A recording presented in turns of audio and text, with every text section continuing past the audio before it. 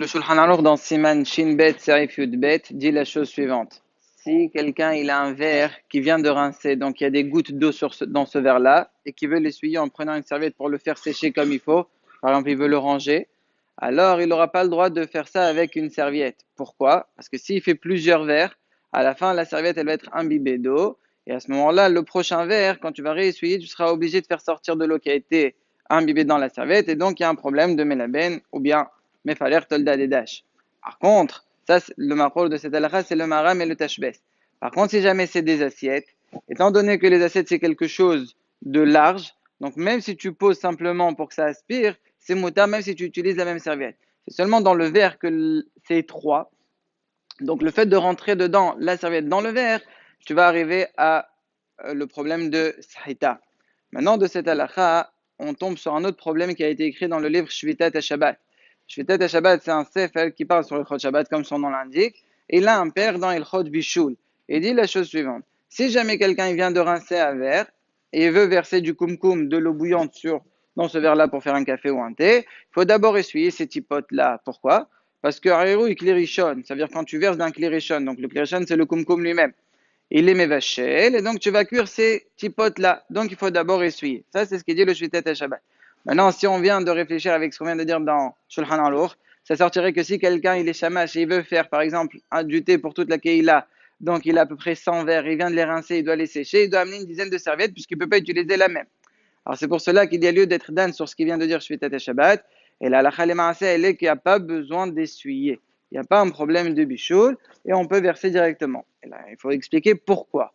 Alors, c'est plusieurs raisons à la fois qui font que ce qui dit le Shvitat Shabbat, c'est juste une humra, c'est pas l'akha min qalatin. Les raisons.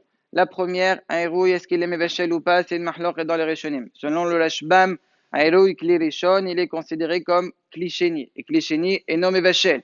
Donc déjà, selon le Rashbam, il n'y a pas de problème.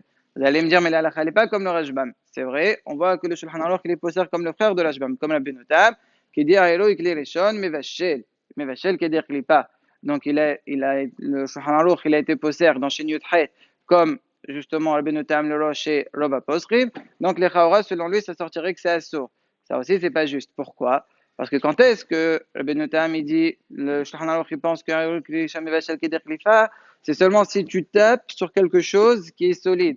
Par exemple, tu as quelque chose de solide qui n'est pas cuit, tu verses de l'eau bouillante, là il va cuire la mesure de Keder Klipa, c'est-à-dire qu'il faudra éplucher une première couche parce que ça a tapé. Mais si c'est quelque chose de liquide, comme par exemple de l'eau, à ce moment-là, le jet, il n'a pas la force d'être mévachel, parce que tout de suite tout se mélange. Et donc là aussi, même selon Rabbonetam, ça sera considéré qu'il ne sera pas mévachel. Donc selon le Shulchan Aruch, là aussi, il n'y a pas de problème. Vous allez me dire, mais attendez, il n'y a pas seulement Rashbam et Rabbonetam, il y a aussi Daratari. C'est un des Baalei Tosfot qui lui, il pense, non, non, non, Aïrou Klirishon mévachel, même dans quelque chose là. Quand est-ce que ce sera pas vachel? C'est seulement dans le récipient en bas. Il y a tellement beaucoup d'eau froide, qu'ils pourront pas, ça veut dire ils vont pas se laisser faire. L'eau chaude, il pourra pas être vachel toute cette eau-là. Or, dans notre cas, il y a quelques tipotes, il y a quelques gouttes, et quelques gouttes, ça suffit pas pour faire face. Donc, selon Ri, ça sortirait que ça sort. Maran, c'est vrai qu'il pense pas comme ça, mais on sait très bien que le Kafahaim, le Mishnah et le Benishai disent que l'aura, elle est comme Ri. Pourquoi? Parce que comme il y a un hashash sur le Torah, donc on est moré comme Ri, qu'il faut pas, ça suffit pas s'il y a un peu d'eau. Même d'après Ri, parce qu'ici, même si tu prends la svala de Ri, tu vas pas être Mevachel Minatora. Ce sera que un Issour des Rabbanan. Pourquoi? Premièrement, on a le de base qui dit que tout ce qui est Kemachal Ben Drosai, il y a des posrim qui disent quelque chose qui est déjà cuit, mais pas très bien, mais on peut le manger à l'Edathar, il n'y a plus Mishum Bishul. L'eau, même s'il n'a jamais été Mevouchelet, on pouvait la boire sans Bishul. Donc, ça a le din de Kemachal Ben Drosai. Et donc, si tu continues de Mevachel, il n'y a pas d'Issour Torah, il n'y aurait qu'un Issour de Rabbanan. Donc, selon ce Radbaz là, ça sortirait que c'est des Rabbanan. Donc, on revient au psar de Malan, que Haïrou et Klishini, il n'est pas Mevachel quand c'est du lard. C'est vrai que les paroles du Radbaz, ils ne sont pas là. Mais il y a encore autre chose.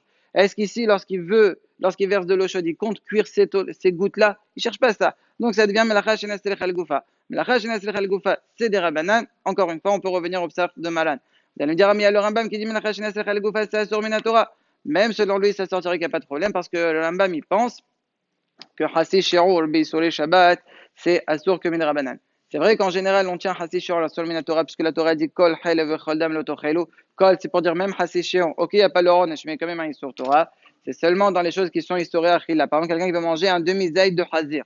Ça aussi, c'est un histoire de Torah. Mais dans Ilchot Shabbat, c'est que des rabanan. On amène une preuve de la Tosefta, puisqu'elle dit que celui qui écrit 2 lettres Shabbat, il est chayav min Torah. Il écrit une seule, il est patour. Et on sait qu'à chaque fois que Ilchot Shabbat c'est marqué patour, c'est patour aval assour mais des rabanan. Or ici, hasisharo. J'aurais dû dire, ok, il n'y a pas de korban, mais c'est quand même sur Torah. Donc de là, on voit que hasishur dans Ilchot Shabbat, c'est assour que des rabanan.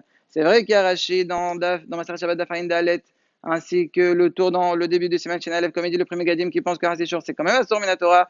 De toute façon, eux, ils penseront que Melachach Nasel Goufa c'est Asur que Miderabanan. Donc, Ben le Rambam, Ben le Rashi, Ben le Kol Aderot, tu prends le Benutam, tu prends la Shbam, ça sortirait que c'est Moutar. Donc, vous pouvez ne pas essuyer et verser de l'eau bouillante du Kumkum, même si c'est le Kumkum qui est Mamash Alaïch, là où on appuie, ça sort directement. C'est Moutar. Si quelqu'un veut te mahmir, il n'y a pas de problème, on ne le dira pas non, t'as voir Alecha Bracha. Mais de là à dire que c'est une Alacha, c'est pas juste. C'est comme ça qu'il est posé à Rabbi Yosef, c'est comme ça qu'il est posé à Tfila le Moshe, dans Tfila le Moshe, dans Menuchat Hava. Donc c'est pour ça que l'Alacha le Maaseh, on peut être Mekhe.